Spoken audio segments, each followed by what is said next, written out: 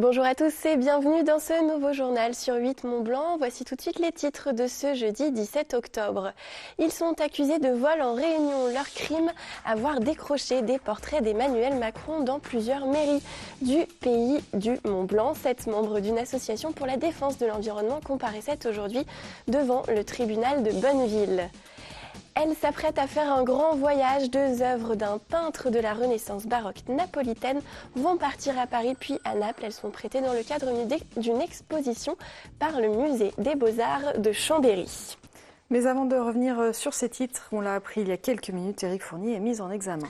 Nous en parlions la semaine dernière dans le journal.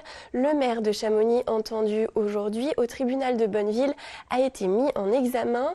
La juge Muriel Carzunel s'intéresse au contrat accordé à la Compagnie du Mont-Blanc, opérateur des domaines skiables de la station, depuis l'an 2000 et invoque 2 motifs, atteinte à la liberté d'accès ou à l'égalité des candidats et prise illégale d'intérêt.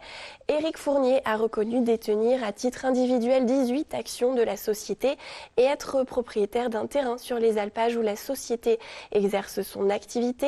Dans un communiqué, le maire de Chamonix a réagi ce jeudi. Quels intérêts pouvaient m'apporter le fonds de vache et les 18 actions héritées de mes grands-parents, actions que j'avais négligées et qui avaient pour moi une simple valeur affective, questionne donc l'élu. Il rejette également l'accusation de favoritisme. 2 autres élus du conseil municipal de l'époque, Alain Cavailly et Michel Payot, sont également mis en examen dans l'affaire pour prise illégale d'intérêt. Affaire donc à suivre.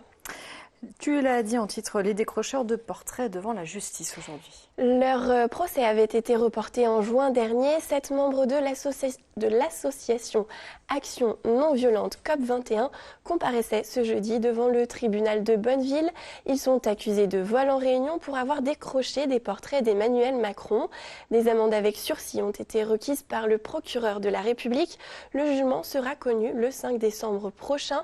Tout au long de cette journée de ce jeudi, les actions de soutien aux prévenus se sont multipliées à Bonneville. Sébastien Germain. Bonneville ce jeudi midi. À l'initiative de l'association Action non violente COP21, ils sont environ 200 à s'être rassemblés sur ce village de soutien aux 7 militants jugés pour avoir décroché en mars dernier des portraits présidentiels dans 4 mairies du pays du Mont-Blanc. Une action symbolique qui avait pour but à l'époque de dénoncer l'inaction gouvernementale en matière de politique climatique. L'action, elle nous plaisait, elle nous paraissait avoir du sens parce que c'était une action comme on les aime bien à ANV, c'est-à-dire une action qui était symbolique, qui était médiatique et qui était non violente. Et qui pouvait avoir vraiment du sens, c'est-à-dire interpeller les gens et leur dire ben voilà, notre président il a dit qu'il ferait des choses, il ne les fait pas, donc on le décroche et on laisse le vide à la place puisqu'on a un vide au niveau de l'action climatique et sociale. 1 heure plus tard, tout ce petit monde prend la direction du palais de justice pour une déambulation dans les rues de Bonneville. Les slogans anti-Emmanuel Macron et pro-climat se succèdent dans la bonne humeur. Au bout de 30 minutes, le cortège retrouve les 7 militants de l'association devant le tribunal. Le soutien est indispensable pour ces prévenus qui ne comprennent toujours pas pourquoi ce procès a lieu. Forcément, on n'est pas à l'aise de se retrouver devant un tribunal parce qu'en plus, on estime que c'est totalement disproportionné de se retrouver dans un tribunal alors que c'est un geste symbolique, c'est une désobéissance civile mais qui est non violente.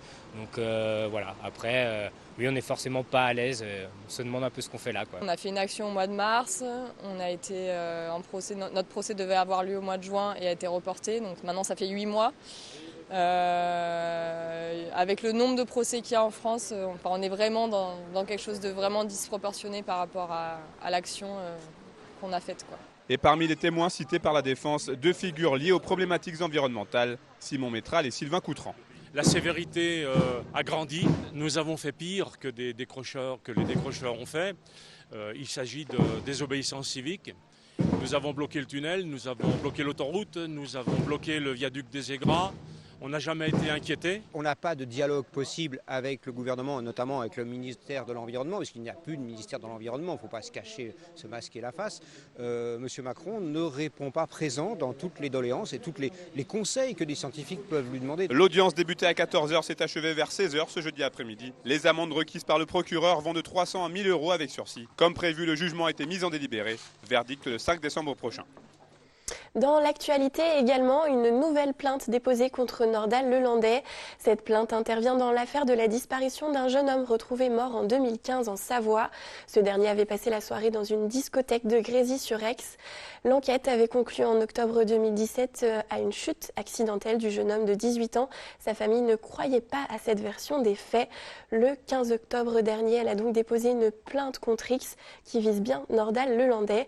Pour rappel, Nordal Lelandais est déjà poursuivi pour le meurtre de la petite Maëlys et pour l'assassinat du caporal Noyer. Réveillons Annecy lance sa campagne. En route pour les municipales 2020, le mouvement compte dans ses rangs la maire de la commune déléguée de Crangevrier, Nora Sego-Labidi, et François Astorg, conseiller municipal de la commune nouvelle d'Annecy. Réveillons Annecy a présenté sa nouvelle plateforme participative, une plateforme interactive qui permettra à chacun de donner son avis et de faire des propositions pour le territoire. La tête de liste du mouvement pour les élections n'est pas encore connue. On écoute quelques réactions au micro de Sébastien Germain. Réveillons Annecy, ce sont des groupes de travail qui travaillent sur des questions de transition écologique, qui travaillent sur l'aménagement du territoire, qui travaillent sur l'économie, qui travaillent sur l'innovation sociale et tous les sujets qui gravitent autour de ces 4 axes majeurs dans un principe clair et simple, la démocratie participative pour un projet de territoire. La question d'endormissement, oui, bien sûr qu'elle se pose, mais surtout, ce qu'on voulait dire, c'est que la gouvernance s'est endormie depuis plus de 2 mandats. À titre d'exemple, et c'est très simple, depuis 2 mandats, rien n'a été fait sur les transports. Aujourd'hui, on constate quoi? Qu'on continue une politique des embouteillages et une politique de la pollution. Là, on est à l'étape où la plateforme, ça va être notre outil justement pour aller collecter un maximum de propositions qui pourra émaner de toutes les personnes désireuses de venir donner leurs envies pour un nouveau projet de territoire sur Annecy. Et cette plateforme, elle devrait être en ligne d'ici la fin de semaine. En tout cas, on donnera l'information soit sur Facebook, soit sur le site aussi internet. Et chacun pourra venir amender, commenter, voter ou reformuler une nouvelle proposition. On s'est dit que chacun avait peut-être des envies, des interrogations à donner.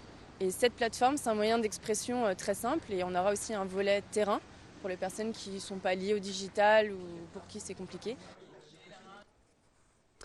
En début de semaine avait lieu au Manège à Chambéry un forum consacré aux aidants. Ce sont les personnes qui accompagnent quotidiennement un proche dépendant. Organisé par le Conseil départemental de Savoie et la Mutualité française Auvergne-Rhône-Alpes, cette rencontre avait pour objectif de proposer à ces aidants des outils pour les accompagner dans leurs tâches. Reportage de Jean-Paul Crespi. Une journée pour écouter et débattre, une journée pour épauler celles et ceux qui au quotidien et bénévolement apportent une aide à un parent dépendant, un enfant handicapé ou un frère en perte d'autonomie. À Chambéry et à l'initiative du Conseil départemental de Savoie et de la Mutualité française Auvergne-Rhône-Alpes, de très nombreux acteurs associatifs et institutionnels se sont retrouvés pour initier ou proposer des solutions à celles et ceux qui, aidants et aidantes, ont souhaité trouver des solutions afin de soulager leur quotidien. C'est une tâche du quotidien qui est répétitive, donc elle n'est pas spectaculaire, elle est par contre fondamentale. C'est pour ça que dans chaque département, on a des actions particulières, notamment en Savoie, en direction des aidants, pour les rendre plus visibles, et les rendant plus visibles pour leur apporter de l'aide, de l'accompagnement, du support psychologique, le moyen de savoir qu'ils ne sont pas seuls. On veut vraiment que les personnes aient conscience que derrière, il y a les ressources qui sont là, il y a des associations qui existent. Et nous, avec les ateliers, on veut vraiment, par exemple sur des ateliers de méditation de pleine conscience ou des ateliers d'activité physique, qu'ils aient goût à reprendre et qu'on les accompagne pour réintégrer ce genre de choses dans leur vie quotidienne et qu'ils puissent continuer d'aider en s'aidant eux-mêmes aussi.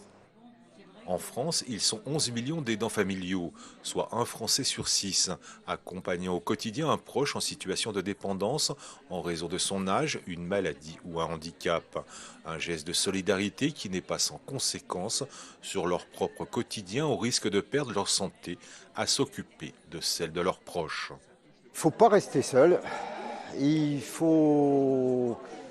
Effectivement, on ne remet pas en cause son rôle d'aidant, le rôle d'aidant, mais c'est un rôle, c'est-à-dire qu'il faut avoir la capacité de prendre de la distance et de se dire qu'on n'est pas seul et que si jamais ça ne va pas, il faut appeler au secours. Et là, il y a plein de possibilités, des structures qui sont en mesure d'aider sur tous les plans, aussi bien sur le plan psychologique que l'écoute, que sur le plan matériel. Acteurs anonymes d'un système de santé de proximité, les aidants familiaux jouent un rôle essentiel pour permettre le maintien à domicile des personnes en perte d'autonomie.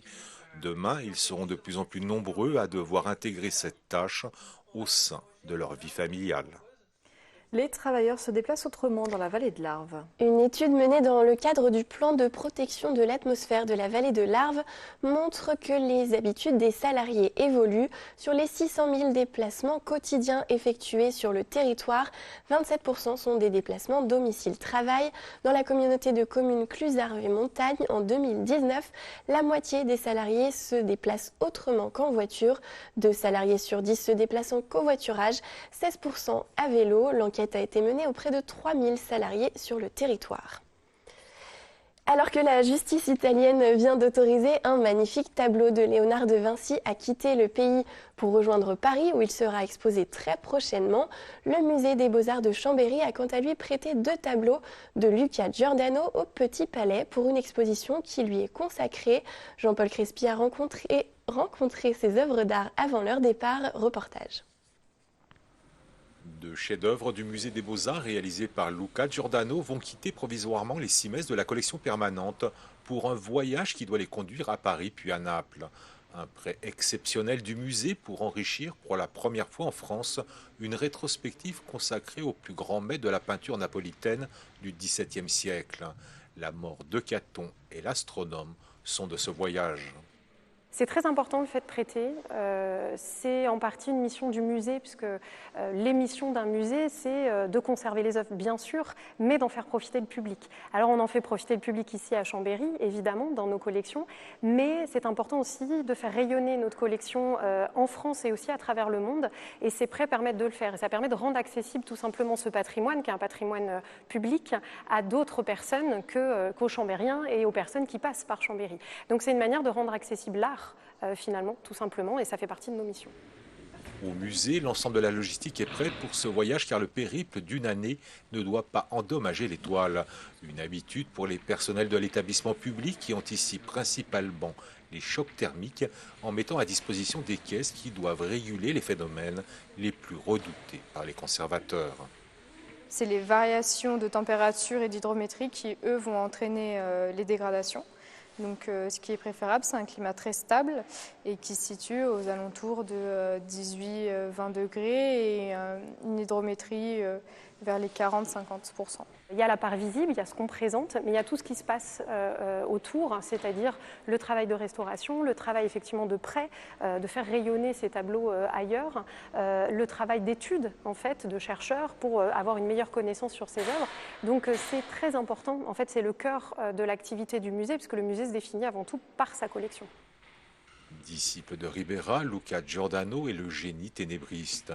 Fort de cet héritage, il connut une gloire européenne qui le mena notamment à Venise, Florence et à la cour d'Espagne. Le 14 novembre prochain débutera au Petit Palais l'exposition consacrée à ce peintre du baroque napolitain. Cette exposition rejoindra ensuite le musée national de Capodimonte de Naples avant que la mort de Caton et l'astronome retrouvent définitivement les 6 messes du musée des Beaux-Arts de Chambéry. C'est la fin de cette édition. Merci pour votre fidélité à l'information sur 8 Mont Blanc. Fanette, je te laisse conclure. Je vous souhaite une très belle soirée et je vous dis à demain.